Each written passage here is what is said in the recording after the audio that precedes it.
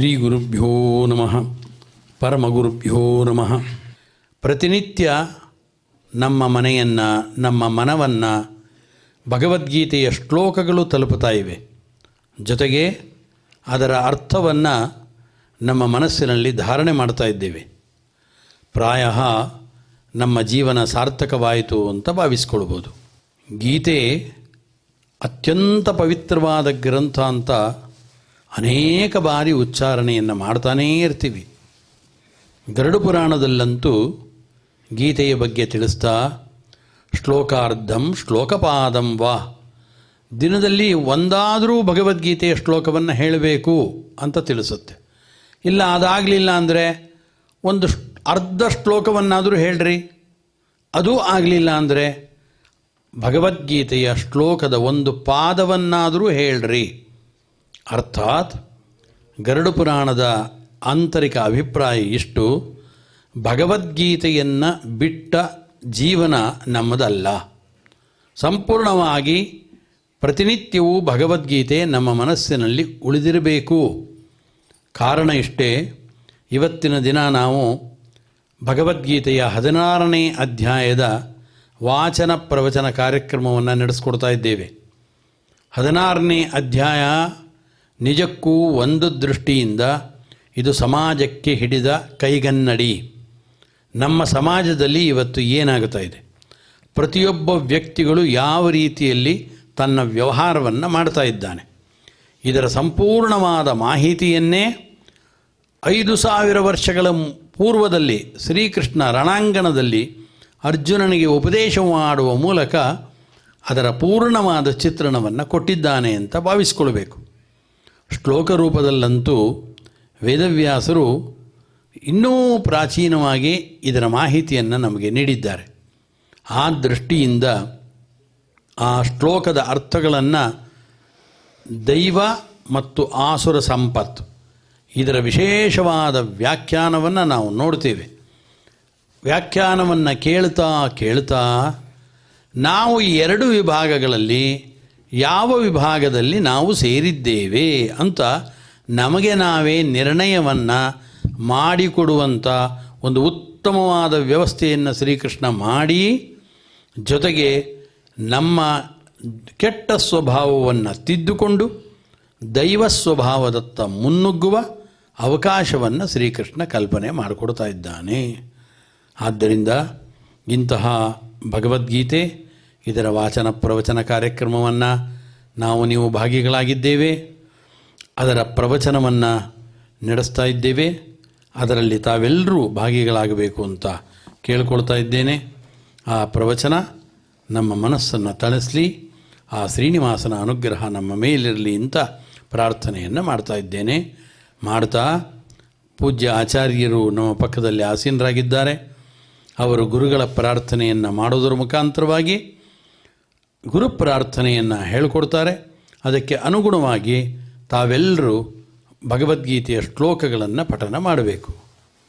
ಓಂ ನಮೋ ವೆಂಕಟೇಶಾಯ. ಗುರುವಿನ ಪ್ರಾರ್ಥನೆಯಿಂದಲೇ ನಮ್ಮ ಉನ್ನತಿ. ಕೃಷ್ಣ ಪರಮಾತ್ಮನೂ ಕೂಡ ಲೋಕಾಧಿಪತಿಯಾಗಿದ್ದರು. ಸಾಂದೀಪಿನಿ ಆಚಾರ್ಯರ ಹತ್ತಿರದಲ್ಲಿ ಗುರುಕುಲವಾಸವನ್ನು ಮಾಡಿ ಗುರುದಕ್ಷಿಣೆಯನ್ನು ಕೊಟ್ಟು ಲೋಕದಲ್ಲಿ ಗುರುವಿನ ಅಧೀನವಾಗಿರಬೇಕು ಎಂಬುವ ವಿಶೇಷವಾದ ಸಂಗತಿಯನ್ನು ನಮಗೆ ತಿಳಿಸಿದ್ದಾನೆ. ಹಾಗಾಗಿ ಈ ಪವಿತ್ರವಾದ ಸಂದರ್ಭದಲ್ಲಿ ನಾವೆಲ್ಲರೂ ಗುರು ಪ್ರಾರ್ಥನೆಯಿಂದ ಕಾರ್ಯಕ್ರಮವನ್ನು ಪ್ರಾರಂಭಿಸೋಣ. ಗುರು ಪ್ರಾರ್ಥನೆಯನ್ನು ಮಾಡೋಣ. ಸಮಾಶ್ರಯೇದ್ ಗುರುಂ ಭಕ್ತ್ಯಾ ಮಹಾವಿಶ್ವಾಸಪೂರ್ವಕಂ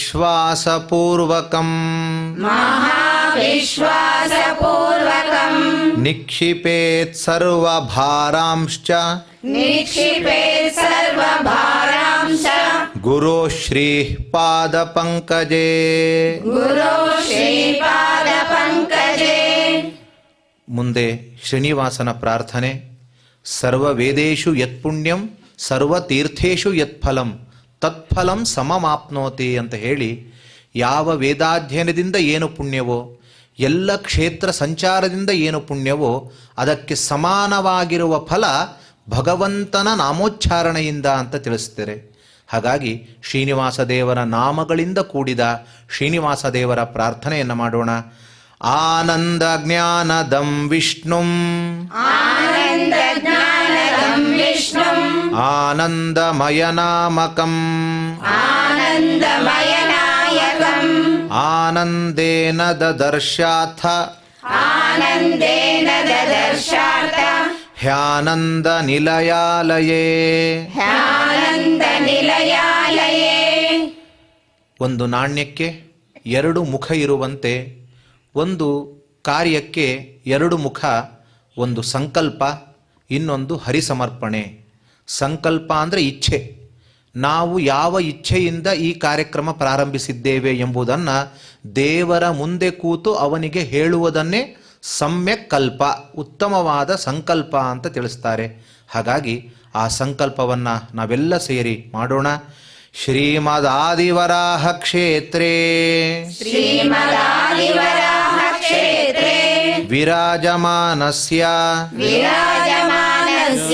ಅಖಿಲಾಂಡ ಕೋಟಿ ಬ್ರಹ್ಮಾಂಡ ನಾಯಕಸ್ಯ ಶ್ರೀ ಪದ್ಮಾವತಿ ಜಾನೇಃ ಭಗವತಃ ಶ್ರೀ ವೆಂಕಟೇಶ್ವರ ಸ್ವಾಮಿನಃ ಕೃಪಾಬಲೇನ ಜಗದ್ಗುರೋಃ ಶ್ರೀ ಗೋಪಾಲಕೃಷ್ಣಸ್ಯ ಅನುಗ್ರಹೇಣ ಅಸ್ಮಾಕಂ ಸರ್ವೇಷಾಂ ಶರೀರಸ್ಯ ಮನಸಸ್ಯ ಬಲಸಿದ್ಧ್ಯರ್ಥಂ ಸಮಸ್ತಾನಾಂ ಆಧಿವ್ಯಾಧೀನಾಂ ನಿವಾರಣಾರ್ಥಂ ಸರ್ವಯಜ್ಞ ಫಲಪ್ರಾಪ್ತ್ಯರ್ಥಂ ಸರ್ವಾಸಾಂ ಸಂಪದಾಂ ಪ್ರಾಪ್ತ್ಯರ್ಥಂ ವಿದ್ಯಾರ್ಥಿನಾಂ ಬುದ್ಧಿಶಕ್ತಿ ವೃದ್ಧಿದ್ವಾರಾ ಪರೀಕ್ಷಾಸು ಉತ್ತೀರ್ಣತಾ ಸಿದ್ಧ್ಯರ್ಥಂ ಅಧಿಕಾರಿಣಾಂ ಸ್ವಸ್ವ ವಿಧಿನಿರ್ವಹಣ ಕೌಶಲ ಸಿದ್ಧ್ಯರ್ಥಂ ಸಮಸ್ತ ಪಾಪಕ್ಷಯಾರ್ಥಂ ಜ್ಞಾನ ಭಕ್ತಿ ವೈರಾಗ್ಯ ಸಿದ್ಧ್ಯರ್ಥಂ ಶ್ರೀ ಗೋಪಾಲಕೃಷ್ಣ ಪ್ರೇರಣಯ ಶ್ರೀ ಗೋಪಾಲಕೃಷ್ಣ ಪ್ರೀತ್ಯರ್ಥಂ ಶ್ರೀಮದ್ಭಗವದ್ಗೀತಾಯಾಃ ಷೋಡಶಾಧ್ಯಾಯ ಅಂತರ್ಗತ ಶ್ಲೋಕಪಾರಾಯಣಂ ತಥಾ ಭಗವದ್ಗೀತಾ ಶ್ರವಣಂಚ ಕರಿಷ್ಯಾಮಹೇ. ಶ್ರೀಕೃಷ್ಣನ ಪ್ರಾರ್ಥನೆಯನ್ನು ಕೂಡ ಮಾಡಬೇಕಾಗಿದೆ. ಯಾಕೆಂದರೆ ಕೃಷ್ಣ ಪರಮಾತ್ಮ ಜಾತ ಕಂಸವದಾರ್ಥಾಯ ಭೂಭಾರ ಹರಣಾಯ ಚ, ಕಂಸಾದಿಗಳ ದುಷ್ಟರ ಸಂಹಾರವನ್ನು ಮಾಡಿ ಭೂಮಿಯ ಭಾರವನ್ನು ಕಳಿಲಿಕ್ಕಾಗಿಯೇ ಬಂದಿದ್ದಾನೆ. ಉತ್ತಮವಾದ ಪ್ರಜೆಗಳಿಗೆ ಭಕ್ತರಿಗೆ ಒಳ್ಳೆಯ ಲೋಕವನ್ನು ಕೊಡಲಿಕ್ಕಾಗಿ ಬಂದಿದ್ದಾನೆ. ಅಂತಹ ಕಂಸಾಂತಕನಾದ ಕೃಷ್ಣನ ಪ್ರಾರ್ಥನೆಯನ್ನು ಸೇರಿ ಮಾಡೋಣ. ಕಂಸಾಂತಕಂ ಶಂಸನೀಯಂ ಸಂಶಾಂತಿಂ ಸಂಸ್ಕೃತಿಚ್ಛಿದಂ ಸಂಶಯಚ್ಛೇದಿ ಸಂವೇದ್ಯಂ ಶ್ರೀನಿವಾಸಂ ಭಜೇ ನಿಶಂ. ಶ್ರೀಮದ್ ಭಗವದ್ಗೀತೆಯು ಅತ್ಯಂತ ಪವಿತ್ರವಾದ ಗ್ರಂಥ. ಜ್ಞೇಯಂ ಪಾಠ್ಯಂಚ ತದ್ವಯಂ. ಅದನ್ನು ಕೇವಲ ತಿಳಿದರೆ ಸಾಲದು, ದಿನನಿತ್ಯ ಪಠಣ ನಡಿಬೇಕು. ದಿನನಿತ್ಯ ಪಾರಾಯಣ ಮಾಡಿದರೆ ಸಾಲದು, ಅದರ ತತ್ವಗಳನ್ನು ನಮ್ಮ ಜೀವನದಲ್ಲಿ ಅಳವಡಿಸ್ಕೊಳ್ಬೇಕು ಅಂತ ತಿಳಿಸಿದ್ದಾರೆ. ಆ ಎರಡ ಕಾರ್ಯಕ್ರಮವೂ ಕೂಡ ಇವತ್ತು ನಡೀತಾ ಇದೆ. ಅಂತಹ ಗೀತಾ ಪ್ರಾರ್ಥನೆ. ಶಾಸ್ತ್ರೇಷು ಭಾರತಂ ಸಾರಂ ಶಾಸ್ತ್ರೇಷು ಭಾರತಂ ಸಾರಂ ತತ್ರ ನಾಮ ಸಹಸ್ರಕಂ ತತ್ರ ನಾಮ ಸಹಸ್ರಕಂ ವೈಷ್ಣವಂ ಕೃಷ್ಣ ಗೀತಾ ಚ ವೈಷ್ಣವಂ ಕೃಷ್ಣ ಗೀತಾ ಚ ತಜ್ಞಾನಾತ್ ಮುಚ್ಯತೇಂಜಸ. ತಜ್ಞಾನಾತ್ ಮುಚ್ಯತೇಂಜಸ. ಎಲ್ಲ ಛಂದಸ್ಸುಗಳು ಯಾರನ್ನ ಪ್ರತಿಪಾದನೆ ಮಾಡ್ತಾ ಇದೆಯೋ, ಯಾರ ಅನುಗ್ರಹದಿಂದ ಪುರಾಣ ಪ್ರಪಂಚವು ಇವತ್ತು ಜಗತ್ತಿಗೆ ಬಂದಿದೆಯೋ, ಯಾರ ಅನುಗ್ರಹದಿಂದ ವೇದಗಳ ಸರಿಯಾದ ಅರ್ಥವು ನಮಗೆ ಆಗ್ತಾ ಇದೆಯೋ, ಅಂತಹ ಗ್ರಂಥಕರ್ತೃಗಳಾದ ವೇದವ್ಯಾಸ ದೇವರ ಸ್ಮರಣೆಯನ್ನು ಮಾಡೋಣ. ವೇದವ್ಯಾಸ ಗುಣಾವಾಸ ವೇದವ್ಯಾಸ ಗುಣವ್ಯಾಸ ವಿದ್ಯಾಧೀಶ ಸತಾಂ ವಶ ವಿದ್ಯಾಧೀಶ ಸತಾಂ ವಶ ಮಾಂ ನಿರಾಶಂ ಗತ ಕ್ಲೇಶಂ ಮಾಂ ನಿರಾಶಂ ಗತ ಕ್ಲೇಶಂ ಕುರುವ ನಾಶಂ ಹರೇ ನಿಶಂ. ಕುರ್ವನಾಶಂ ಹರೇ ನಿಶಂ. ಇನ್ನು ಮುಂದೆ ಈ ಭಗವದ್ಗೀತೆಯ ಉಳಿದ ಭಾಗದ ಚಿಂತನೆಯನ್ನು ಮಾಡಲಿಕ್ಕೆ ಆಚಾರ್ಯರು ಉಪಸ್ಥಿತರಿದ್ದಾರೆ. ನಾವು ಹಿಂದಿನ ಸಂಚಿಕೆಯಲ್ಲಿ ಅನೇಕ ವಿಷಯಗಳನ್ನು ತಿಳಿದಿದ್ದೇವೆ. ದೈವಿ ಸಂಪತ್ತು ಯಾವುದು, ಆಸುರಿ ಸಂಪತ್ತು ಯಾವುದು, ಯಾವ ಮಾರ್ಗದಲ್ಲಿ ನಾವು ಸಾಗಬೇಕು ಎಂಬುವ ವಿಷಯವನ್ನು ನಿರೂಪಿಸಿದ್ರು. ಇನ್ನೂ ಅನೇಕ ವಿಷಯಗಳ ನಿರೂಪಣೆಯನ್ನು ಮಾಡಿಕೊಡಬೇಕು ಅಂತ ಆಚಾರ್ಯರಲ್ಲಿ ನಾವೆಲ್ಲರೂ ಕೂಡ ಕೇಳ್ತಾ ಇದ್ದೇವೆ. ಆಚಾರ್ಯರು ಚಿಂತನೆಯನ್ನು ನಡೆಸಿಕೊಡಬೇಕು. ಶ್ರೀ ಗುರುಭ್ಯೋ ನಮಃ. ಶ್ರೀಕೃಷ್ಣ 16ನೇ ಅಧ್ಯಾಯದಲ್ಲಿ ದೈವೀ ಸಂಪತ್ತಿನ ಬಗ್ಗೆ ವಿಶೇಷವಾದ ವಿಚಾರಗಳನ್ನು ತಿಳಿಸ್ತಾ ಇದ್ದಾನೆ. ಯಾವ ಸದ್ಗುಣಗಳನ್ನು ಅಳವಡಿಸಿಕೊಂಡ್ರೆ ಮೋಕ್ಷ ಅನ್ನೋದು ನಮಗೆ ಪ್ರಾಪ್ತವಾಗುತ್ತೋ ಆ ಗುಣಗಳನ್ನು ಅಳವಡಿಸ್ಕೊಳ್ಳೋ ದೃಷ್ಟಿಯಿಂದ ಅವುಗಳನ್ನೆಲ್ಲ ಉಲ್ಲೇಖ ಮಾಡ್ತಾ ಇದ್ದಾನೆ ಭಗವಂತ. ಇಷ್ಟು ಗುಣಗಳಲ್ಲಿ ಯಾವುದೇ ವಿಧವಾದ ಒಂದು ಗುಣವನ್ನು ನಾವು ಅಳವಡಿಸ್ಕೊಂಡ್ರೆ ಸಾಕು ಅಂತ ಅನಿಸುತ್ತೆ ನನಗೆ. ಕಾರಣ, ಪೂರ್ಣ ರೂಪದಲ್ಲಿ ಒಂದೇ ಒಂದು ಗುಣ ನಮ್ಮನ್ನು ಆವರಿಸ್ಕೊಳ್ಬೇಕು ಅಂತಿದ್ದರೆ ಇಲ್ಲಿ ಹೇಳಿದ ಇತರ ಅನೇಕ ಗುಣಗಳು ಒಂದಿಲ್ಲ ಒಂದು ಸಂಬಂಧದಿಂದ ನಾವು ಅವುಗಳನ್ನು ಕೂಡ ಅಳವಡಿಸ್ಕೊಳ್ಳಬೇಕಾಗತ್ತೆ. ಅಷ್ಟು ಗುಣಗಳಿಗೆ ಸಂಬಂಧವಿರುತ್ತೆ ಅವತ್ತೂ ಕೂಡ. ಆದ್ದರಿಂದ ಭಗವಂತ ವಿಶೇಷವಾಗಿ ಅಹಿಂಸಾ ಸತ್ಯಂ ಅಕ್ರೋಧ ತ್ಯಾಗ ಶಾಂತಿ ಅಪೈಶುನಂ ಅಂತ ತಿಳಿಸ್ತಾ ಇದ್ದಾನೆ. ದಯಾಭೂತೇಷು ಅಲೋಲುತ್ವಂ ಮಾರ್ದವಂ ಹ್ರೀಹಿ ಅಚಾಪಲಂ. ಇಷ್ಟು ಗುಣಗಳನ್ನು ತಿಳಿಸಿದ ಭಗವಂತ. ಅದರಲ್ಲಿ ತ್ಯಾಗದ ಬಗ್ಗೆ ವಿಚಾರವನ್ನು ಮಾಡ್ತಾ ಇದ್ವಿ. ಗಯಾ ಶ್ರಾದ್ದಕ್ಕೆ ಹೋದಾಗ ಏನಾಗುತ್ತೆ ಅಂತ ತಿಳಿಸ್ತಾ ಇದ್ದೆ. ವಟವೃಕ್ಷದ ಕೆಳಗೆ ನಾವು ಶ್ರಾದ್ದವನ್ನು ಮಾಡಿ ಎಲ್ಲವನ್ನು ಮುಗಿಸೋ ಸಂದರ್ಭದಲ್ಲಿ ಪುರೋಹಿತರು ಹೇಳ್ತಾ ಇದ್ದರು, ನೋಡಿ ಈಗಾಗಲೇ ನಿಮ್ಮ ತಂದೆ ತಾಯಿಗಳು ಗತಿಸಿದ್ದಾರೆ, ಅವರಿಗೋಸ್ಕರ ಗಯಾ ಶ್ರಾದ್ದವನ್ನು ಮಾಡಿ ಪಿತೃಗಳನ್ನು ತೃಪ್ತಿಪಡಿಸ್ತಾ ಇದ್ದೀರಾ. ಈ ಸಂದರ್ಭದಲ್ಲಿ ಮುಂದೆ ನೀವು ಕೂಡ ನಿಮ್ಮ ಜೀವನದಲ್ಲಿ ಸ್ವಲ್ಪ ವೈರಾಗ್ಯವನ್ನು ಸಂಪಾದನೆ ಮಾಡಿಕೊಳ್ಬೇಕು. ಅದು ನಮ್ಮ ಪ್ರಾಚೀನರು ಏನು ಮಾಡಿದ್ರು ಅಂದರೆ, ಸಾಮಾನ್ಯವಾಗಿ ಆ ಹೊತ್ತಿಗೆ ನಮಗೆ ಒಂದು 55-60 ವರ್ಷಗಳಾಗಿರ್ಬೋದು ಅಂತ ಭಾವಿಸ್ಕೊಂಡು ದೈಹಿಕವಾಗಿ ಇವನು ಗಟ್ಟಿಮುಟ್ಟಾಗಿರಬೇಕು, ಮುಂದೆ ಇಂಥ ಆಧ್ಯಾತ್ಮಿಕವಾದ ಕ್ರಿಯೆಗಳನ್ನು, ಶ್ರಾದ್ದಾದಿಗಳನ್ನು, ಹೋಮಾದಿಗಳನ್ನು ಏನೇ ಮಾಡಬೇಕಾದರೂ ಕೂಡ ದೈಹಿಕವಾಗಿ ಗಟ್ಟಿಮುಟ್ಟಾಗಿರಬೇಕು. 60 ವರ್ಷ ಆದ ನಂತರದಲ್ಲಿ ಯಥೇಚ್ಛವಾಗಿ ಮತ್ತೆ ಆಹಾರ ಸೇವನೆಯನ್ನು ಮಾಡ್ತಾ ಇದ್ದರೆ ಅವನ ದೇಹದ ಆರೋಗ್ಯ ಹಾಳಾಗಿ ಹೋಗುತ್ತೆ ಅಂತ ಭಾವಿಸ್ಕೊಂಡಿದ್ದಾರವರು. ಆದ್ದರಿಂದ ಆ ದೃಷ್ಟಿಯಿಂದಲೂ ಆಲೋಚನೆ ಮಾಡ್ಬೋದು ನಾವು. ಆದ್ದರಿಂದ ಸರಿಯಾದ ಆ ಸಮಯಕ್ಕೆ ಸರಿಯಾಗಿ ಪುರೋಹಿತರು ದೇವರ ಮುಂದೆಯೇ ಅಲ್ಲಿ ಪ್ರಮಾಣವನ್ನು ಮಾಡಿಸ್ತಾರೆ. ಆಹಾರಗಳನ್ನು ತ್ಯಾಗ ಮಾಡ್ತೇನೆ, ಖಾರ ತ್ಯಾಗ ಮಾಡದೆ, ಸಿಹಿಯಾದ ಭಕ್ಷ್ಯ ತ್ಯಾಗ ಮಾಡದೆ ಒಂದು ಅಂತ ತ್ಯಾಗ ಮಾಡ್ದ. ತರಕಾರಿಗಳಲ್ಲಿ ಯಾವುದು ತ್ಯಾಗ ಮಾಡ್ತೀರಾ? ಹುರುಳಿಕಾಯಿ, ಬೆಂಡೆಕಾಯಿ, ಬೇರೆ ಬೇರೆ ಇದ್ದು ಸಾಮಾನ್ಯವಾಗಿ ಎಲ್ಲ ಏನು ಮಾಡ್ತಾರೆ, ಹಾಸ್ಯಕ್ಕಾಗಿ ಹೇಳೋ ಅಂಥ ಮಾತಿದು. ಯಾವುದು ಅವರಿಗೆ ಕಂಡ್ರಾಗಲ್ಲಲ್ಲ ಅಂಥ ತರಕಾರಿನ ನಾನು ಈ ತರಕಾರಿ ಬಿಟ್ಟಿದ್ದೇನೆ ಅಂತಾರೆ. ಇದು ತ್ಯಾಗ ಆಗಲ್ಲ. ಯಾಕೆಂದರೆ ಯಾವುದು ನಮಗೆ ಈಗಾಗಲೇ ಬೇಡ ಅಂತ ಬಿಟ್ಟಿದ್ದೀವೋ ಅದನ್ನು ಅಧಿಕೃತವಾಗಿ ಬಿಡೋದೇನಿದೆ? ಬಿಡಬೇಕು ಅಂತ ಕೇಳಿದ್ದು ಯಾವ ದೃಷ್ಟಿಯಿಂದ ಅಂತಂದರೆ ನಮ್ಮ ಇಂದ್ರಿಯ ನಿಗ್ರಹವನ್ನು ಮುಂದೆ ಮಾಡಿಕೊಳ್ಬೇಕು ಅನ್ನೋ ದೃಷ್ಟಿಯಿಂದ ಹೇಳಿದ್ದು. ತಿನ್ನದೇ ಇದ್ದ ವಸ್ತುವನ್ನು ನಾವು ಬೇಡ ಅಂತ ಬಿಟ್ಬಿಡ್ತೀವಿ ಅಂದರೆ ಆವಾಗ ಅದು ಅಷ್ಟು ಉಪಯೋಗಕ್ಕೆ ಬರೋದಿಲ್ಲ. ಆದ್ದರಿಂದ ನಮಗೆ ಆಪ್ತವೆನಿಸಿದ, ತುಂಬ ಪ್ರಿಯವೆನಿಸಿದ ವಸ್ತುಗಳೇನಿದೆ ಅವುಗಳನ್ನು ಬಿಡಬೇಕು ಅಂತ. ಆದ್ದರಿಂದ ಹರಿಕಥೆಯಲ್ಲಿ ದಾಸರುಗಳು ಹೇಳ್ತಾ ಇದ್ದಾರೆ, ಹೇಳಿ ಹೇಳಿ ನಿಮಗೆ ಅತ್ಯಂತ ಪ್ರಿಯವಾದದ್ದು ಯಾವುದು ಅದನ್ನು ಬಿಡಿ ಅಂದಾಗ ಕೂಡ ಗಂಡ ಹೇಳದಂತೆ ನನ್ನ ಹೆಂಡತಿಯನ್ನು ಬಿಟ್ಬಿಡ್ತೀನಿ, ಪ್ರಿಯ ಅವಳೇನೆ ಅಂತ. ಹಾಗಲ್ಲ. ಆದ್ದರಿಂದ ಆಹಾರ ಪದಾರ್ಥಗಳು ಯಾವುದು, ಅದರಲ್ಲಿ ಸಿಹಿ ಆಹಾರ ಪದಾರ್ಥಗಳು ನಿಮ್ಮ ದೇಹಕ್ಕೆ ಹೋಗುತ್ತವೆ.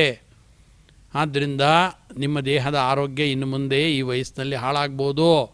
ಆದ್ದರಿಂದ ಒಂದಾದರೂ ಸಿಹಿ ಪದಾರ್ಥವನ್ನು ಬಿಟ್ಬಿಡ್ರಿ, ಖಾರದ ಪದಾರ್ಥ ಬಿಡ್ರಿ, ತರಕಾರಿ ಬಿಡಬೇಕು. ನಿಜವಾಗಲೂ ಪೇಯ ಪದಾರ್ಥ, ಕುಡಿಯುವಂಥ ಪದಾರ್ಥಗಳು ಹಾಲು, ಮಜ್ಜಿಗೆ, ಮೊಸರು ಇತ್ಯಾದಿಗಳೆಲ್ಲ ಇರುತ್ತವೆ. ಅದರಲ್ಲಿ ಯಾವುದಾದ್ರೂ ಒಂದನ್ನು ಬೇಕಾದರೂ ಬಿಡಬೇಕು ನಾವು. ಹೀಗೆ ಅನೇಕ ಪದಾರ್ಥಗಳಲ್ಲಿ ಒಂದೊಂದು ಪದಾರ್ಥವನ್ನು ಬಿಟ್ಕೊಂಡು ಬಂದರೆ ನಮ್ಮ ಆಹಾರವನ್ನು ಸೇವನೆ ಮಾಡುವಂಥ ಸಂದರ್ಭದಲ್ಲಿ ಒಂದು ಮಿತ ಬರುತ್ತೆ, ಒಂದು ಹಿಡಿತ ಬರುತ್ತೆ. ಆಹಾರದಲ್ಲಿ ಮಿತಿ ಯಾವಾಗ ಬರುತ್ತೆ ಆವಾಗ ನಮ್ಮ ಇಂದ್ರಿಯಗಳ ನಿಗ್ರಹ ಮಾಡೋದಕ್ಕೆ ಅದು ಅನುಕೂಲವಾಗುತ್ತೆ. ಧರ್ಮಾಚರಣೆಯತ್ತ ನಮ್ಮ ಮನಸ್ಸು ಹೊರಳುತ್ತೆ.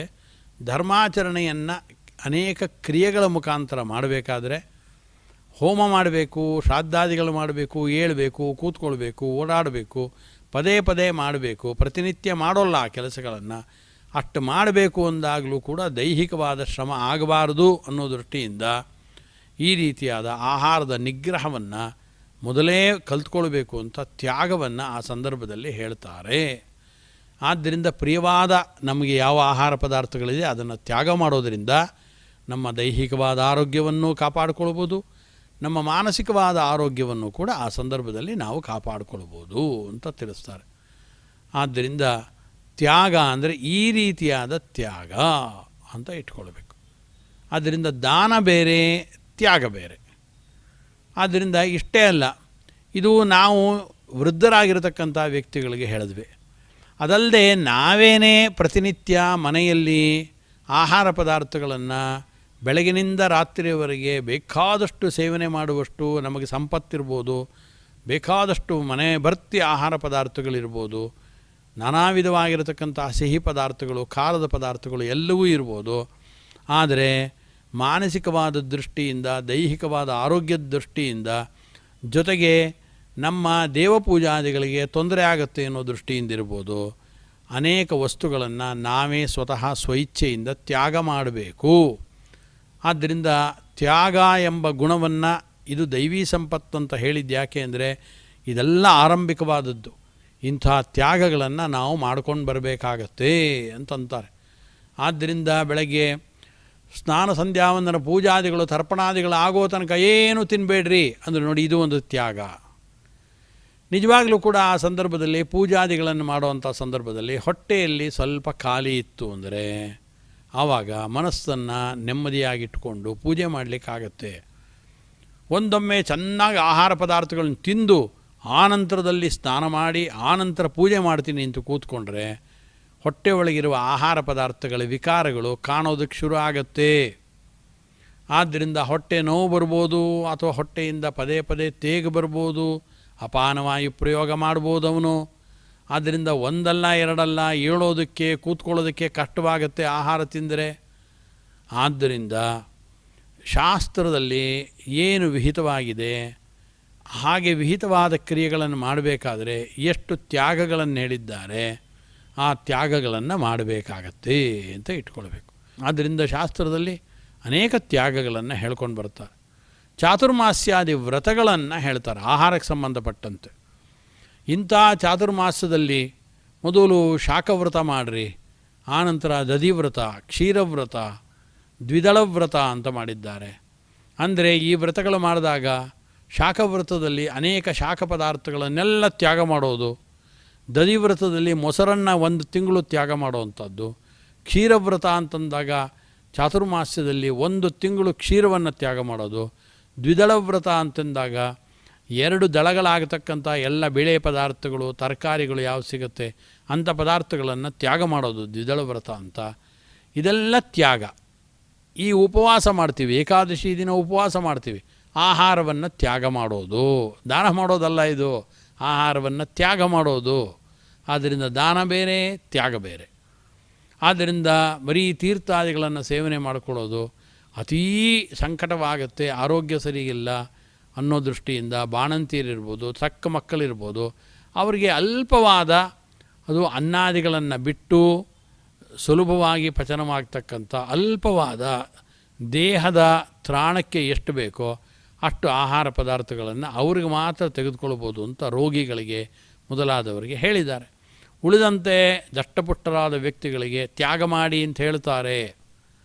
ಆದ್ದರಿಂದ ವ್ರತಗಳು, ಉಪವಾಸಗಳು ಮಾಡಬೇಕು ಅಂತಿದ್ದರೆ ಚಾತುರ್ಮಾಸ್ಯಾದಿ ವ್ರತಗಳಿರ್ಬೋದು, ಧಾರಣಪಾರಣ ವ್ರತ ಇರ್ಬೋದು, ಚಾಂದ್ರಾಯಣ ವ್ರತ ಇರ್ಬೋದು, ಇಲ್ಲೆಲ್ಲ ಪ್ರಮುಖವಾಗಿ ಕಾಣುವಂಥ ಅಂಶ ಯಾವುದು ಅಂದರೆ ತ್ಯಾಗ.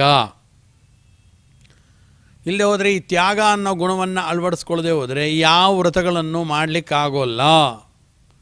ಅಂದರೆ ಯಾವತ್ತೂ ನಾವು ಪೂರ್ಣವಾಗಿ ತಿಂದುಕೊಂಡು ಕಾಲವನ್ನು ಕಳೀತೀವಿ, ಕುಂಡುಕೊಂಡು ಮಲಕ್ಕೊಂಡು ಕಾಲವನ್ನು ಕಳೀತೀವಿ ಅಂದರೆ ಆವಾಗ ಈ ಕೆಲಸಗಳನ್ನು ಮಾಡೋಕ್ಕಾಗಲ್ಲ.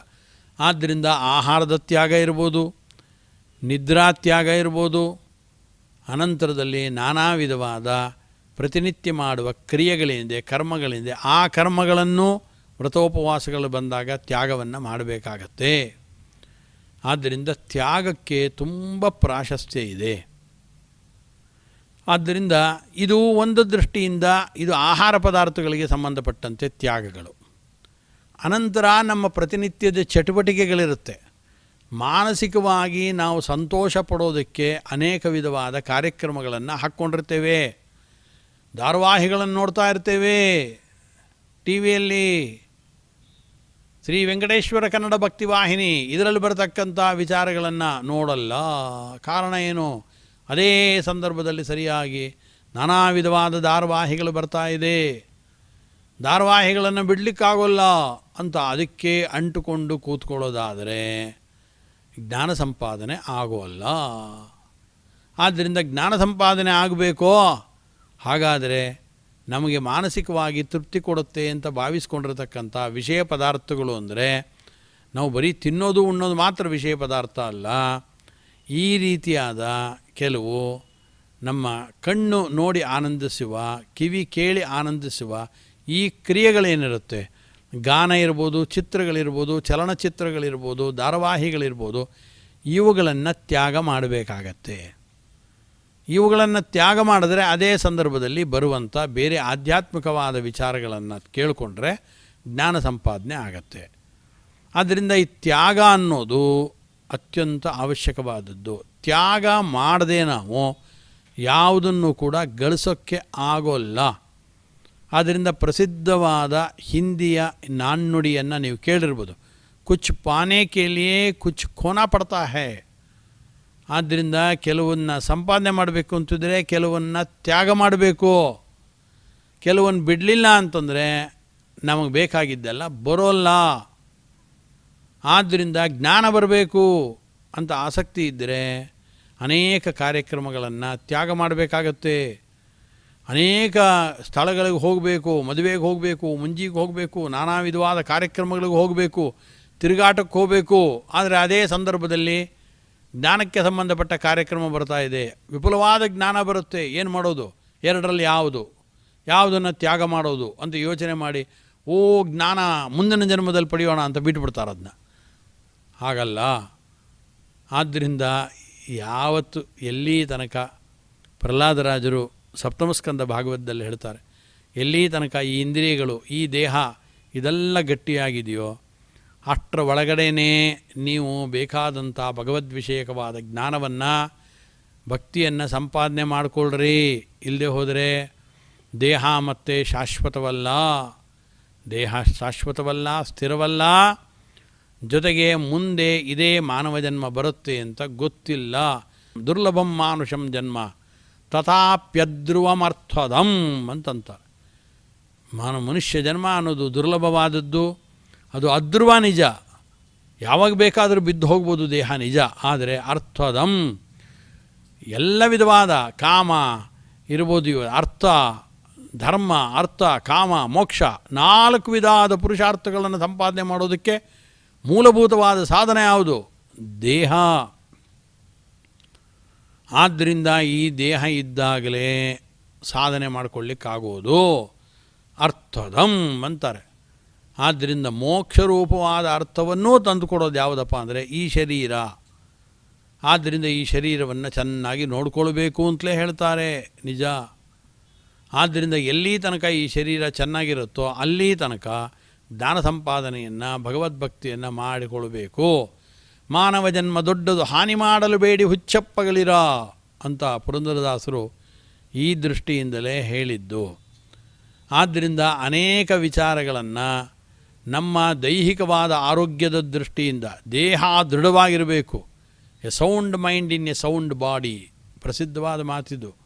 ಆದ್ದರಿಂದ ಶುದ್ಧ ಮನಸ್ಸಿರಬೇಕು, ಗಟ್ಟಿಯಾದ ಮನಸ್ಸಿರಬೇಕು ಅಂತಿದ್ದರೆ ಆವಾಗ ಚಂಚಲಂ ಹಿ ಮನಃ ಕೃಷ್ಣ ಪ್ರಮಾಥಿ ಬಲವದೃಢಂ ತಸ್ಯಾಹಂ ನಿಗ್ರಹಂ ಮನ್ಯೆ ವಾಯೋರಿವ ಸುದುಷ್ಕರಂ ಅಂತ ಇದೇ ಗೀತೆಯಲ್ಲಿ ಬಂದಿದೆ. ತುಂಬ ಚಂಚಲವಾದ್ದು ಮನಸ್ಸು, ತುಂಬ ಕಷ್ಟ ಇದು ನಿಗ್ರಹ ಮಾಡೋದು. ಅಭ್ಯಾಸೇನ ಚ ಕೌಂತೆಯ ವೈರಾಗ್ಯೇಣ ಚ ಗೃಹ್ಯತೆ. ಕೃಷ್ಣ ಕೊಟ್ಟಿದ್ದು ಉತ್ತರ. ನಿರಂತರವಾದ ಅಭ್ಯಾಸ, ತ್ಯಾಗ, ಸ್ಯಾಕ್ರಿಫೈಸ್ ಆ್ಯಂಡ್ ಪ್ರಾಕ್ಟೀಸ್. ಆದ್ದರಿಂದ ತ್ಯಾಗ ಮಾಡೋದರಿಂದ, ಅನೇಕ ವಿಚಾರಗಳ ತ್ಯಾಗದಿಂದ ನಮ್ಮ ಮನಸ್ಸನ್ನು ಕೂಡ ನಿಗ್ರಹ ಮಾಡಿಕೊಳ್ಬೋದು ಅಂತ ಕೃಷ್ಣನೇ ಈ ಮಾತನ್ನು ತಿಳಿಸ್ತಾನೆ. ಆದ್ದರಿಂದ ಅತ್ಯಂತ ಅಶಕ್ಯವಾದ ಮನಸ್ಸಿನ ನಿಗ್ರಹವನ್ನೇ ಅಭ್ಯಾಸ ಮತ್ತು ತ್ಯಾಗದ ಮುಖಾಂತರವಾಗಿ ಮಾಡಿಕೊಳ್ಳಿಕ್ಕಾಗತ್ತೆ. ಆದ್ದರಿಂದ ತ್ಯಾಗಕ್ಕೆ ತುಂಬ ದೊಡ್ಡ ಸ್ಥಾನ ಇದೆ.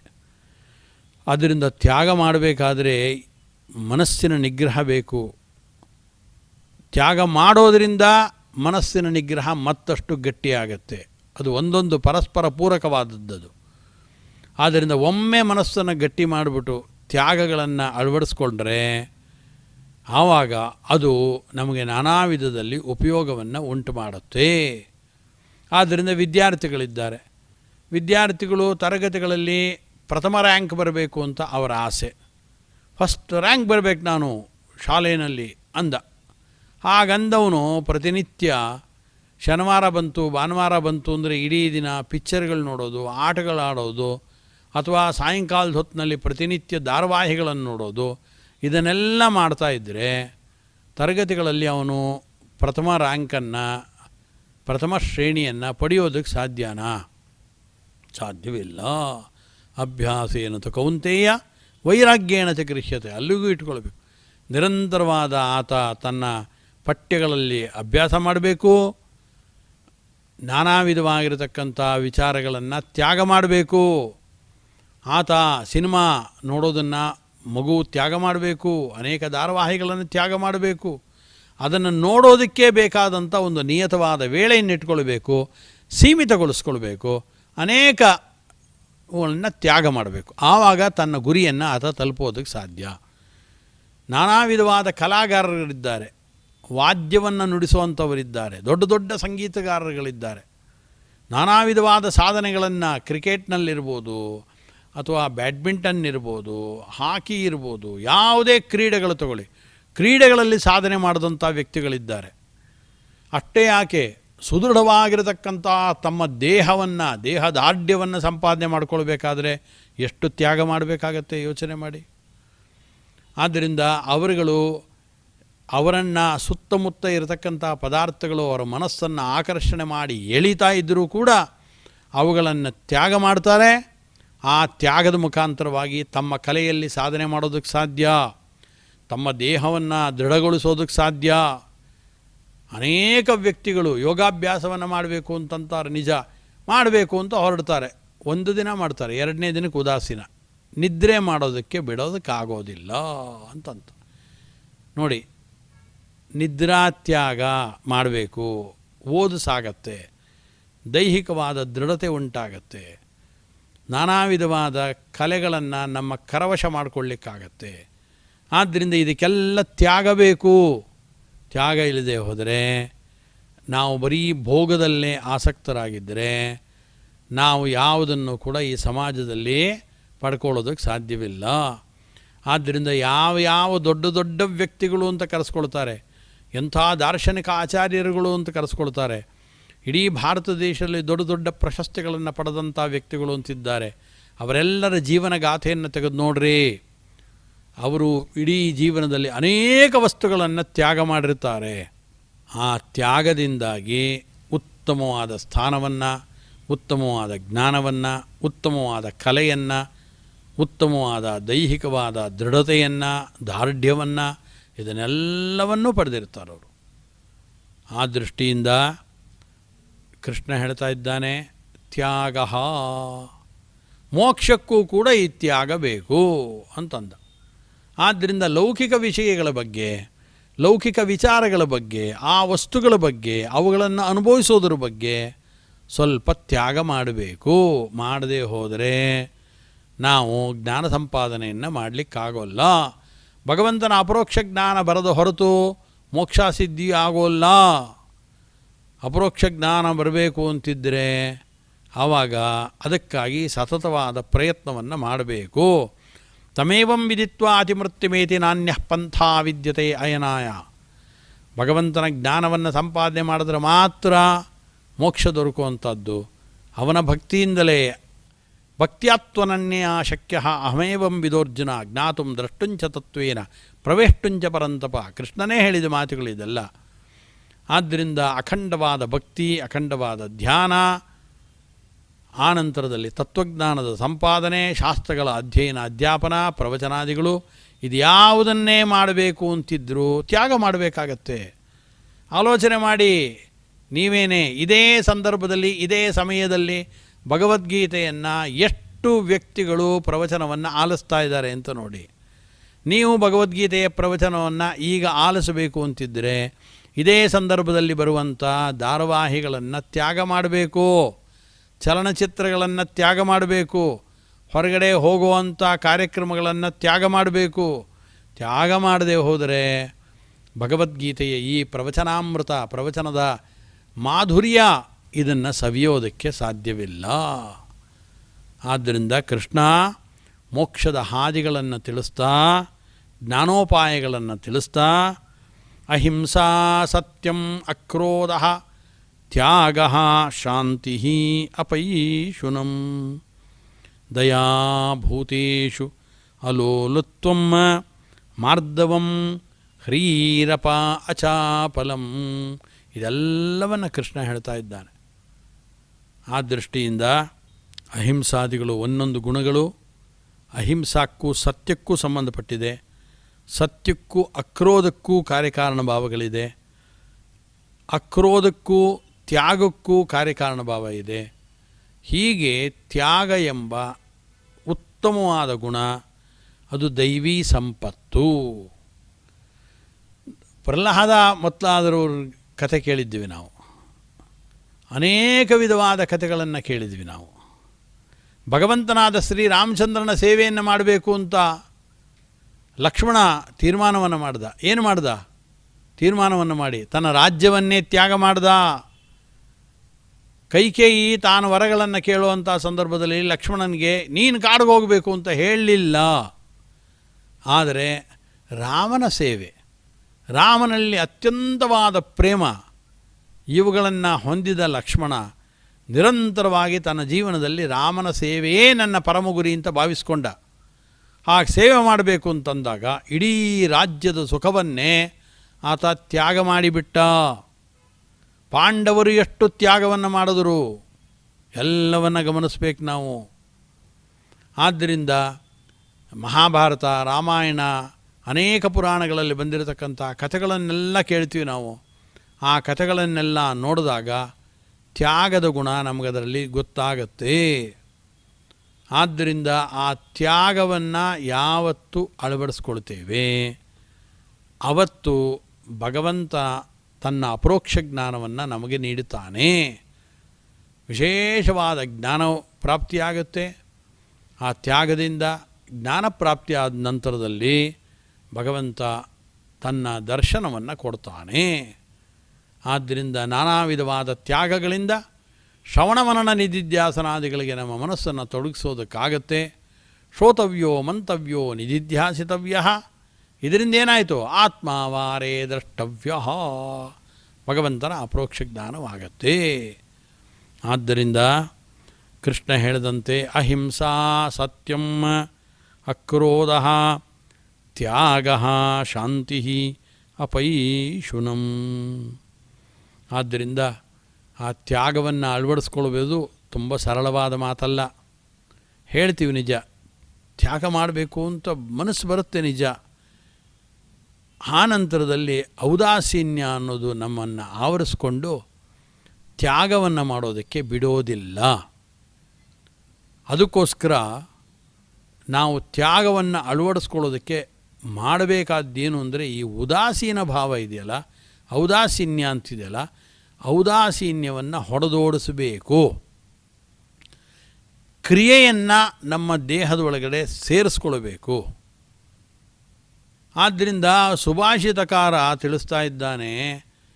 ಸುಭಾಷಿತಕಾರ ತಿಳಿಸ್ಬೇಕಾದ್ರೆ ಇಬ್ಬರೂ ಕೂಡ ನಮ್ಮ ದೇಹದಲ್ಲೇ ಇರೋದು. ಒಬ್ಬ ಶತ್ರು, ಒಬ್ಬ ಮಿತ್ರ.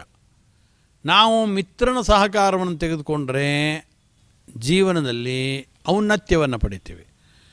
ಶತ್ರುವಿನ ಸಹಕಾರವನ್ನು ಪಡೆದುಕೊಂಡ್ರೆ ಜೀವನದಲ್ಲಿ ಮಲ್ಕೊಳ್ತೀವಿ, ಜೀವನದಲ್ಲಿ ಅಪಯಶಸ್ಸನ್ನು ಪಡಿತೀವಿ. ಆದ್ದರಿಂದ ಸುಭಾಷಿತಕಾರ ತಿಳಿಸುವಂಥದ್ದೇ ಅದನ್ನು. ಆದ್ದರಿಂದ ನಮ್ಮ ದೇಹದಲ್ಲಿರುವಂಥ ಶತ್ರು ಯಾರು ಅಂತಂದರೆ ಉದ್ಯಮ. ನಾಸ್ತ್ಯುದ್ಯಮ ಸಮೋ ಬಂಧು ಕೃತ್ವಾಯಂ ನಾವಸೀದತಿ. ಉದ್ಯಮ ಸಮೋ ಬಂಧು, ಉದ್ಯಮ ಅಂದರೆ ಪ್ರಯತ್ನ, ನಿರಂತರವಾದ ಪ್ರಯತ್ನ ಅನ್ನೋ ಅವನಿಗೆ ಸಮಾನನಾಗಿರತಕ್ಕಂಥ ಬಂಧು ನಮ್ಮ ದೇಹದಲ್ಲಿ ಯಾರೂ ಇಲ್ಲ. ಉದ್ಯಮೇ ಹಿ ಸಿದ್ಧಂತಿ ಕಾರ್ಯಾಣಿ ನ ಮನೋರಥೈ. ಉದ್ಯಮದಿಂದ ಪ್ರಯತ್ನದಿಂದ ಮಾತ್ರ ನಮ್ಮ ಮನಸ್ಸಿನಲ್ಲಿ ಬರುವ ಅಭಿಲಾಷೆಗಳು ಆಸೆಗಳು ಇದನ್ನು ಪೂರೈಸ್ಕೊಳ್ಳೋದಕ್ಕೆ ಸಾಧ್ಯ. ಕೇವಲ ಆಸೆಗಳನ್ನು ಪಟ್ಬಿಟ್ರೆ ಸಾಲದು, ಎಲ್ಲ ವಸ್ತುಗಳು ತನ್ನಷ್ಟಕ್ಕೆ ತಾನು ಬಂದುಬಿಡೋದಿಲ್ಲ. ಆದ್ದರಿಂದ ಈ ದೇಹದಲ್ಲಿರ್ತಕ್ಕಂಥದ್ದು ಒಬ್ಬ ಶತ್ರು, ಒಬ್ಬ ಮಿತ್ರ. ಮಿತ್ರ ಯಾರು ಅಂದರೆ ಪ್ರಯತ್ನ, ಶತ್ರು ಯಾರು ಅಂದರೆ ಔದಾಸೀನ್ಯ. ಆದ್ದರಿಂದ ಔದಾಸೀನ್ಯ ಎಂಬತಕ್ಕಂಥ ಶತ್ರುವನ್ನು ಈ ದೇಹದಿಂದ ಹೊರಹಾಕಬೇಕು. ಉದ್ಯಮ ಎಂಬತಕ್ಕಂಥ ಮಿತ್ರನನ್ನು ಸಹಾಯ ಪಡಿಬೇಕು, ಅವಲಂಬಿಸ್ಕೊಳ್ಬೇಕು.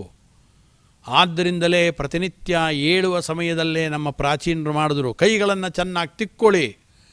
ಕರಾಗ್ರೇ ವಸದೇ ಲಕ್ಷ್ಮೀ ಕರಮಧ್ಯೆ ಸರಸ್ವತಿ ಕರಮೂಲೆ ಸ್ಥಿತ ಗೌರಿ ಪ್ರಭಾತೆ ಕರದರ್ಶನಂ ಅಂತ ಅಂದ್ಕೊಳ್ರಿ. ಅಂದ್ಕೊಂಡು ಕೈಗಳನ್ನು ತಿಕ್ಕೊಂಡು ನನ್ನ ಕೈಯಿನ ಮುಂಭಾಗದಲ್ಲೇ ಲಕ್ಷ್ಮಿ, ಮಧ್ಯದಲ್ಲಿ ಸರಸ್ವತಿ, ಮೂಲದಲ್ಲಿ ಗೌರಿ ಇದ್ದಾಳೆ, ಪಾರ್ವತಿ ಇದ್ದಾಳೆ ಅಂತ ಭಾವಿಸ್ಕೊಳ್ರಿ. ಅಂದರೆ ಅರ್ಥ ಏನು? ಕೈಯಿನ ಅಗ್ರಭಾಗದಲ್ಲಿ ಲಕ್ಷ್ಮಿ ಇದ್ದಾಳೆ ಅಂದರೆ ನಿನ್ನ ಕೈಯಲ್ಲೇ ದುಡ್ಡಿರೋದು, ಲಕ್ಷ್ಮಿ ಇರೋದು.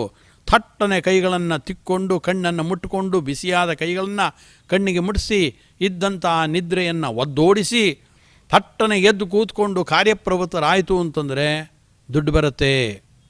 ಆದ್ದರಿಂದ ಲಕ್ಷ್ಮಿ ಇರೋದೆಲ್ಲಿ? ನಮ್ಮ ಕೈಯಲ್ಲೇ. ಅಂದ್ರೇನು? ನಾವು ಬೇಗ ಎದ್ದು ಕೆಲಸವನ್ನು ಮಾಡಿದ್ರೆ ಮಾತ್ರ ಲಕ್ಷ್ಮಿ ಬರೋದಕ್ಕೆ ಸಾಧ್ಯ. ಕರಮಧ್ಯೆ ಸರಸ್ವತಿ, ನಮ್ಮ ಕರಮಧ್ಯದಲ್ಲೇ ಸರಸ್ವತಿ ಇದ್ದಾಳೆ ಅಂದರೆ ವಿದ್ಯೆ ಇದ್ದಾಳೆ. ವಿದ್ಯೆ ಎಲ್ಲಿರೋದು ಅಂದರೆ ನಾವು ಎದ್ದು ಪ್ರಯತ್ನಪಟ್ಟು ಓದೋದಕ್ಕೆ ಮಕ್ಕಳನ್ನ ಕೂಡಿಸಿ ಅವ್ರ ಕೈಯಲ್ಲಿ ಓದಿಸಿದ್ರೆ, ಯಾರಿಗೆ ವಿದ್ಯೆ ಬೇಕೋ ಅವರು ಚೆನ್ನಾಗಿ ಅಧ್ಯಯನವನ್ನು ಮಾಡಿದ್ರೆ ಮಾತ್ರ ಅವರ ಕೈಯಲ್ಲೇ ವಿದ್ಯೆ ಇದೆ. ಗೌರಿ ಅಂದರೆ ಶುಭ್ರಳಾಗಿರ್ತಕ್ಕಂಥವಳು, ಕೀರ್ತಿ ಅಂತ ಅರ್ಥ. ಬೇಕಾದಷ್ಟು ತಾನು ಫೇಮಸ್ ಆಗಬೇಕು, ಫೇಮ್ ಬೇಕು, ಕೀರ್ತಿ ಬೇಕು, ಪ್ರಶಂಸೆ ಬೇಕು ಅಂತ ಆಸಕ್ತಿ ಇದ್ದರೆ ಔದಾಸೀನ್ಯವನ್ನು ತ್ಯಾಗ ಮಾಡಬೇಕು.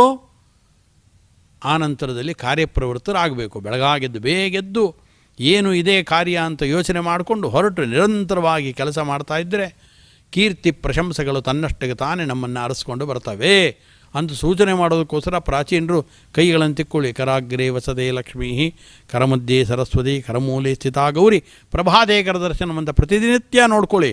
ಅಂದರೆ ನನ್ನ ಕೈಯಲ್ಲೇ ಇರೋದು ಲಕ್ಷ್ಮಿ, ನನ್ನ ಕೈಯಲ್ಲೇ ಸರಸ್ವತಿ, ನನ್ನ ಕೈಯಲ್ಲೇ ಕೀರ್ತಿ ಗೌರಿ ಇದೆ.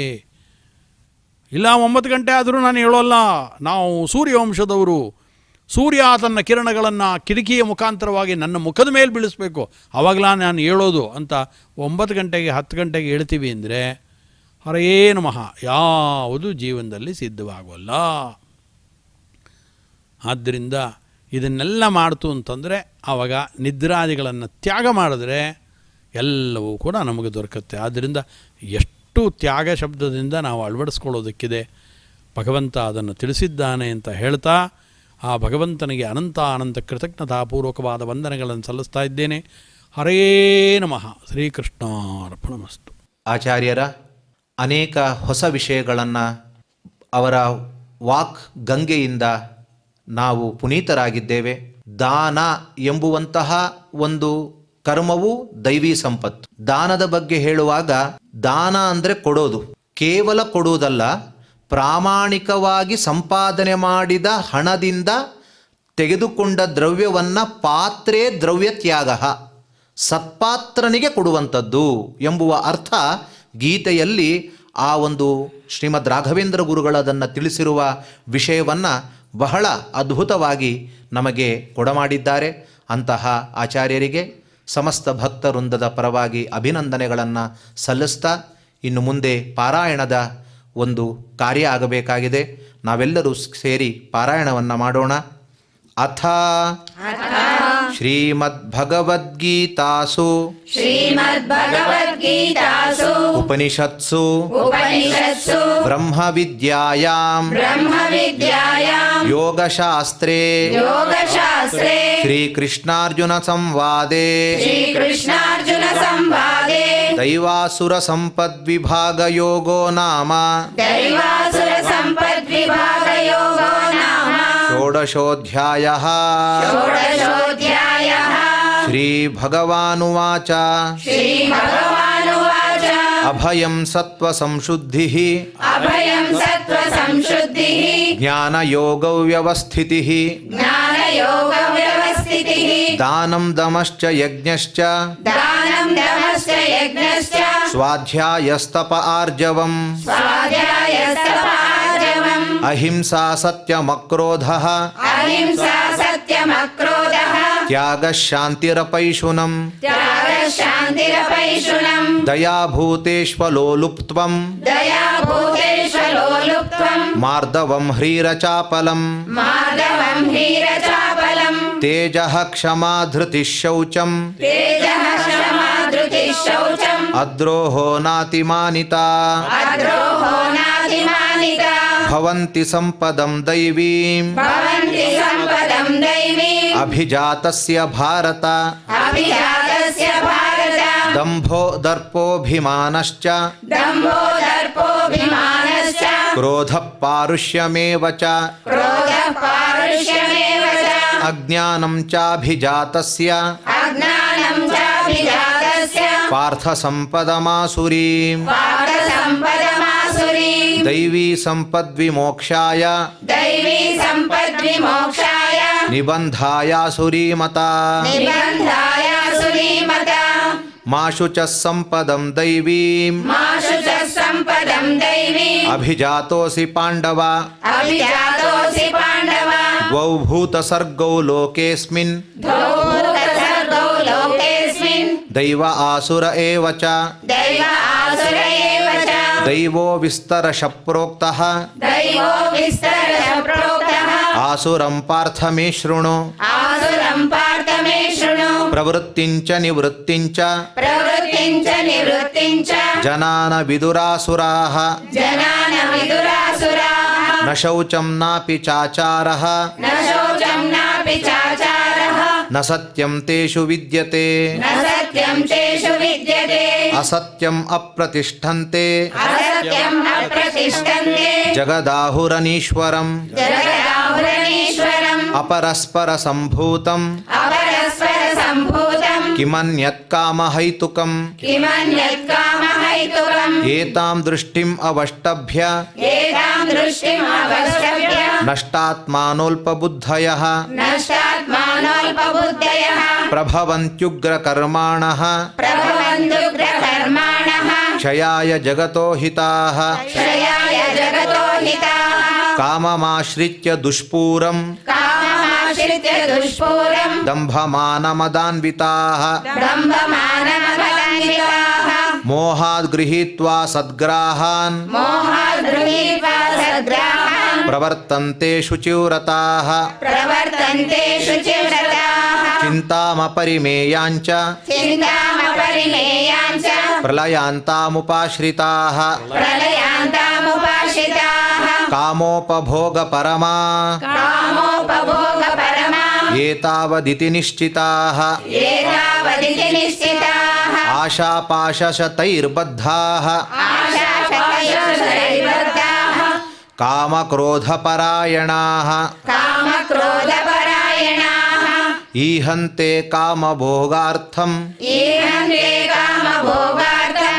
ಅನ್ಯಾಯೇನಾರ್ಥಸಂಚಯಾನ್ ಅನ್ಯಾಯೇನಾರ್ಥಸಂಚಯಾನ್ ಇದಮದ್ಯ ಮಯಾ ಲಬ್ಧಂ ಇದಮದ್ಯ ಮಯಾ ಲಬ್ಧಂ ಇಮಂ ಪ್ರಾಪ್ಸೆ ಮನೋರಥಂ ಇಮಂ ಪ್ರಾಪ್ಸೆ ಮನೋರಥಂ ಇದಮಸ್ತೀದಮಪಿ ಮೇ ಇದಮಸ್ತೀದಮಪಿ ಮೇ ಭವಿಷ್ಯತಿ ಪುನರ್ಧನಂ ಭವಿಷ್ಯತಿ ಪುನರ್ಧನಂ ಅಸೌ ಮಯಾ ಹತಃ ಶತ್ರುಃ ಅಸೌ ಮಯಾ ಹತಃ ಶತ್ರುಃ ಹನಿಷ್ಯೇ ಚಾಪರಾನಪಿ ಹನಿಷ್ಯೇ ಚಾಪರಾನಪಿ ಈಶ್ವರೋಹಂ ಅಹಂ ಭೋಗಿ ಈಶ್ವರೋಹಮಹಂ ಭೋಗಿ ಸಿದ್ಧೋಹಂ ಬಲವಾನ್ ಸುಖೀ ಸಿದ್ಧೋಹಂ ಬಲವಾನ್ ಸುಖಿ ಆಢ್ಯೋಭಿಜನವಾನಸ್ಮಿ ಆಢ್ಯೋಭಿಜನವಾನಸ್ಮಿ ಕೋನ್ಯೋಸ್ತಿ ಸದೃಶೋ ಮಯಾ ಕೋನ್ಯೋಸ್ತಿ ಸದೃಶೋ ಮಯಾ ಯಕ್ಷೇ ದಾಸ್ಯಾಮಿ ಮೋದಿಷ್ಯೆ ಯಕ್ಷೇ ದಾಸ್ಯಾಮಿ ಮೋದಿಷ್ಯೆ ಇತ್ಯಜ್ಞಾನ ವಿಮೋಹಿತಾಃ ಇತ್ಯಜ್ಞಾನ ವಿಮೋಹಿತಾಃ ಅನೇಕ ಚಿತ್ತ ವಿಭ್ರಾಂತಾಃ ಅನೇಕ ಚಿತ್ತ ವಿಭ್ರಾಂತಾಃ ಮೋಹಜಾಲ ಸಮಾವೃತಾಃ ಮೋಹಜಾಲ ಸಮಾವೃತಾಃ ಪ್ರಸಕ್ತಾಃ ಕಾಮಭೋಗೇಷು ಪ್ರಸಕ್ತಾಃ ಕಾಮಭೋಗೇಷು ಪತಂತಿ ನರಕೇಷು ಚೌ ಪತಂತಿ ನರಕೇಷು ಚೌ ಆತ್ಮಸಂಭಾವಿತಾಃ ಸ್ತಬ್ಧಾಃ ಆತ್ಮಸಂಭಾವಿತಾಃ ಸ್ತಬ್ಧಾಃ ಧನಮಾನ ಮದಾನ್ವಿತಾಃ ಧನಮಾನಮದಾನ್ವಿತಾಃ ಯಜಂತೆ ನಾಮ ಯಜ್ಞೈಸ್ತೆ ಯಜಂತೆ ನಾಮ ಯಜ್ಞೈಸ್ತೆ ದಂಭೇನ ವಿಧಿಪೂರ್ವಕಂ ದಂಭೇನಾವಿಧಿಪೂರ್ವಕಂ ಅಹಂಕಾರಂ ಬಲಂ ದರ್ಪಂ ಅಹಂಕಾರಂ ಬಲಂ ದರ್ಪಂ ಕಾಮಂ ಕ್ರೋಧಂ ಚ ಸಂಶ್ರಿತಾಃ ಕಾಮಂ ಕ್ರೋಧಂ ಚ ಸಂಶ್ರಿತಾಃ ಮಾಮಾತ್ಮಪರದೇಹೇಷು ಮಾಮಾತ್ಮಪರದೇಹೇಷು ಪ್ರದ್ವಿಷಂತೋಭ್ಯಸೂಯಕಾಃ ಪ್ರದ್ವಿಷಂತೋಭ್ಯಸೂಯಕಾಃ ತಾನಹಂ ದ್ವಿಷತಃ ಕ್ರೂರಾನ್ ತಾನಹಂ ದ್ವಿಷತಃ ಕ್ರೂರಾನ್ ಸಂಸಾರೇಷು ನರಾಧಮಾನ್ ಸಂಸಾರೇಷು ನರಾಧಮಾನ್ ಕ್ಷಿಪಾಮ್ಯಜಸ್ರಮಶುಭಾನ್ ಕ್ಷಿಪಾಮಜಸ್ರಮಶುಭಾನ್ ಆಸುರೀಷ್ವೇವ ಯೋನಿಷು ಆಸುರೀಷ್ವೇವ ಯೋನಿಷು ಆಸುರೀಂ ಯೋನಿಮಾಪನ್ನಾಃ ಆಸುರೀಂ ಯೋನಿಮಾಪನ್ನಾಃ ಮೂಢಾ ಜನ್ಮನಿ ಜನ್ಮನಿ ಮೂಢಾ ಜನ್ಮನಿ ಜನ್ಮನಿ ಮಾಮ ಪ್ರಾಪ್ಯೈವ ಕೌಂತೇಯ ಮಾಮ ಪ್ರಾಪ್ಯೇವ ಕೌಂತೇಯ ತತೋ ಯಾಂತ್ಯಧಮಾಂ ಗತಿಂ ತತೋ ಯಾಂತ್ಯಧಮಾಂ ಗತಿಂ ತ್ರಿವಿಧಂ ನರಕಸ್ಯೇದಂ ತ್ರಿವಿಧಂ ನರಕಸ್ಯೇದಂ ದ್ವಾರಂ ನಾಶನಮಾತ್ಮನಃ ದ್ವಾರಂ ನಾಶನಮಾತ್ಮನಃ ಕಾಮಕ್ರೋಧಸ್ತಥಾ ಲೋಭಃ ಕಾಮಕ್ರೋಧಸ್ತಥಾ ಲೋಭಃ ತಸ್ಮಾದೇತತ್ರಯಂ ತ್ಯಜೇತ್ ತಸ್ಮಾದೇತತ್ರಯಂ ತ್ಯಜೇತ್ ಏತೈರ್ವಿಮುಕ್ತಃ ಕೌಂತೇಯ ಏತೈರ್ವಿಮುಕ್ತಃ ಕೌಂತೇಯ ತಮೋದ್ವಾರೈಸ್ತ್ರಿಭಿರ್ನರಃ ತಮೋದ್ವಾರೈಸ್ತ್ರಿಭಿರ್ನರಃ ಆಚರತ್ಯಾತ್ಮನಃ ಶ್ರೇಯಃ ಆಚರತ್ಯಾತ್ಮನಃ ಶ್ರೇಯಃ ತತೋ ಯಾತಿ ಪರಾಂ ಗತಿಂ ತತೋ ಯಾತಿ ಪರಾಂ ಗತಿಂ ಯಶಾಸ್ತ್ರವಿಧಿಮುತ್ಸೃಜ್ಯ ಯಶಾಸ್ತ್ರವಿಧಿಮುತ್ಸೃಜ್ಯ ವರ್ತತೆ ಕಾಮಕಾರತಃ ವರ್ತತೆ ಕಾಮಕಾರತಃ ನ ಸ ಸಿದ್ಧಿಮವಾಪ್ನೋತಿ ನ ಸ ಸಿದ್ಧಿಮವಾಪ್ನೋತಿ ನ ಸುಖಂ ನ ಪರಾಂ ಗತಿಂ ನ ಸುಖಂ ನ ಪರಾಂ ಗತಿಂ ತಸ್ಮಾತ್ ಶಾಸ್ತ್ರಂ ಪ್ರಮಾಣಂತೆ ತಸ್ಮಾತ್ ಶಾಸ್ತ್ರಂ ಪ್ರಮಾಣಂತೆ ಕಾರ್ಯಾಕಾರ್ಯೌ ವ್ಯವಸ್ಥಿತೌ ಕಾರ್ಯವ್ಯವಸ್ಥಿತೌ ಜ್ಞಾತ್ವಾ ಶಾಸ್ತ್ರವಿಧಾನೋಕ್ತಂ ಜ್ಞಾತ್ವಾ ಶಾಸ್ತ್ರವಿಧಾನೋಕ್ತಂ ಕರ್ಮ ಕರ್ತುಮಿಹಾರ್ಹಸಿ ಕರ್ಮ ಕರ್ತುಮಿಹಾರ್ಹಸಿ ಮನಸಿ ಓಂ ತತ್ಸದಿತಿ ಓಂ ತತ್ಸದಿತಿ ಶ್ರೀಮದ್ಭಗವದ್ಗೀತಾಸು ಶ್ರೀಮದ್ಭಗವದ್ಗೀತಾಸು ಉಪನಿಷತ್ಸು ಉಪನಿಷತ್ಸು ಬ್ರಹ್ಮವಿದ್ಯಾಯಾಂ ಬ್ರಹ್ಮವಿದ್ಯಾಯಾಂ ಯೋಗಶಾಸ್ತ್ರೇ ಯೋಗಶಾಸ್ತ್ರೇ ಶ್ರೀಕೃಷ್ಣಾರ್ಜುನ ಸಂವಾದೇ ಶ್ರೀಕೃಷ್ಣಾರ್ಜುನ ಸಂವಾದೇ ದೈವಾಸುರ ಸಂಪದ್ವಿಭಾಗಯೋಗೋ ನಾಮ ದೈವಾಸುರ ಸಂಪದ್ವಿಭಾಗಯೋಗೋ ನಾಮ ಷೋಡಶೋಧ್ಯಾಯಃ. ಷೋಡಶೋಧ್ಯಾಯಃ. ಶ್ರೀಕೃಷ್ಣನ ಪ್ರಾರ್ಥನೆಯನ್ನು ವಿಜಯಕ್ಕಾಗಿ ನಾವೆಲ್ಲರೂ ಕೂಡ ಮಾಡಬೇಕಾಗಿದೆ. ಯತ್ರ ಯೋಗೇಶ್ವರ ಕೃಷ್ಣೋ ಯತ್ರ ಯೋಗೇಶ್ವರ ಕೃಷ್ಣ ಯತ್ರ ಪಾರ್ಥೋ ಧನುರ್ಧರಃ ಯತ್ರ ಪಾರ್ಥೋ ಧನುರ್ಧರಃ ತತ್ರ ಶ್ರೀರ್ವಿಜಯೋ ಭೂತಿಃ ತತ್ರ ಶ್ರೀ ವಿಜಯೋ ಭೂತಿಃ ಧ್ರುವ ನೀತಿರ್ಮತಿರ್ಮಮ. ಧ್ರುವ ನೀತಿರ್ಮತಿರ್ಮಮ. ನಡೆದ ಕಾರ್ಯದಲ್ಲಿ ಲೋಪದೋಷಗಳು, ಮನಸ್ಸಿನ ಚಾಂಚಲ್ಯ ಇರಬಹುದು, ಅಥವಾ ನಾನಾ ತರಹದ ಮನಸ್ಸಿನಲ್ಲಿ ಬಂದ ಯೋಚನೆಗಳಿಂದ ದೇವರಲ್ಲಿ ಭಕ್ತಿ ಕಮ್ಮಿಯಾಗಿರುವ ಅಪರಾಧ ಇರಬಹುದು. ಅದನ್ನೆಲ್ಲ ದೇವರು ಕ್ಷಮಾ ಮಾಡಲಿಕ್ಕಾಗಿ ಕ್ಷಮಾ ಪ್ರಾರ್ಥನೆಯನ್ನು ಮಾಡೋಣ. ಯದಕ್ಷರ ಪದಭ್ರಷ್ಟಂ ಯದಕ್ಷರ ಪದಭ್ರಷ್ಟಂ ಮಾತ್ರಾಹೀನಂಚ ಯದ್ಭವೇತ್ ಮಾತ್ರಾಹೀನಂ ಚ ಯದ್ಭವೇತ್ ತತ್ಸರ್ವಂ ಕ್ಷಮ್ಯತಾಂ ದೇವ ತತ್ಸರ್ವಂ ಕ್ಷಮ್ಯತಾಂ ದೇವ ನಾರಾಯಣ ನಮೋಸ್ತುತೇ. ನಾರಾಯಣ ನಮೋಸ್ತುತೇ. ಮಾಡಿರುವ ಕಾರ್ಯದ ಸಂಪೂರ್ಣತೆ ಭಗವಂತನ ಸ್ಮರಣೆಯಿಂದ ಕೊನೆಗೊಂಡಾಗ ಅಂತ ಹೇಳಿದ್ದಾರೆ. ಭಗವಂತನ ಸ್ಮರಣೆಯನ್ನು ಮಾಡಿದರೆ ನ್ಯೂನವಾದದ್ದೆಲ್ಲ, ಲೋಪವಾದದ್ದೆಲ್ಲ ಪೂರ್ಣಗೊಳ್ಳುತ್ತದೆ ಅಂತ. ಹಾಗಾಗಿ ಆ ನಾರಾಯಣನ ಸ್ಮರಣೆಯನ್ನು ಮಾಡುವ ಮೂಲಕ, ಅವನಿಗೆ ಮಾಡಿದ ಕಾರ್ಯದ ಸಮರ್ಪಣೆಯನ್ನು ಮಾಡುವ ಮೂಲಕ ಅವನಿಗೆ ಸಮರ್ಪಿಸೋಣ.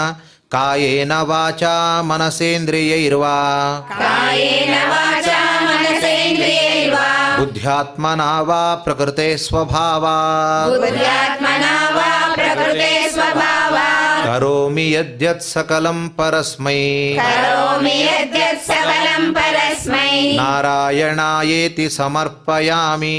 ನಾರಾಯಣಾಯೇತಿ ಸಮರ್ಪಯಾಮಿ.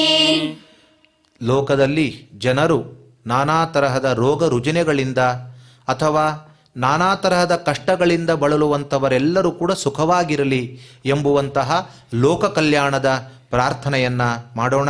ಸರ್ವೇ ಭವಂತು ಸುಖಿನಃ ಸರ್ವೇ ಭವಂತು ಸುಖಿನಃ ಸರ್ವೇ ಸಂತು ನಿರಾಮಯಾಃ ಸರ್ವೇ ಸಂತು ನಿರಾಮಯಾಃ ಸರ್ವೇ ಭದ್ರಾಣಿ ಪಶ್ಯಂತು ಸರ್ವೇ ಭದ್ರಾಣಿ ಪಶ್ಯಂತು ಮಾ ಕಶ್ಚಿತ್ ದುಃಖ ಭಾಗ್ ಭವೇತ್. ಮಾ ಕಶ್ಚಿತ್ ದುಃಖ ಭಾಗ್ ಭವೇತ್. ಮಂಗಳಕರನಾದ ಭಗವಂತನ ಮಂಗಳ ಶ್ಲೋಕದಿಂದ ಈ ಕಾರ್ಯವನ್ನು ಸಮಾಪ್ತಿಗೊಳಿಸೋಣ. ಶ್ರಿಯಕಾಂತಾಯ ಕಲ್ಯಾಣ ನಿಧಯೇ ಶ್ರೀಯಕಾಂತಾಯ ಕಲ್ಯಾಣ ನಿಧಯೇ ನಿಧಯೇರ್ಥಿನಾಂ ನಿಧಯೇರ್ತಿನಾಂ ಶ್ರೀವೆಂಕಟ ನಿವಾಸಾಯ ಶ್ರೀವೆಂಕಟ ನಿವಾಸಾಯ ಶ್ರೀನಿವಾಸಾಯ ಮಂಗಲಂ. ಶ್ರೀನಿವಾಸಾಯ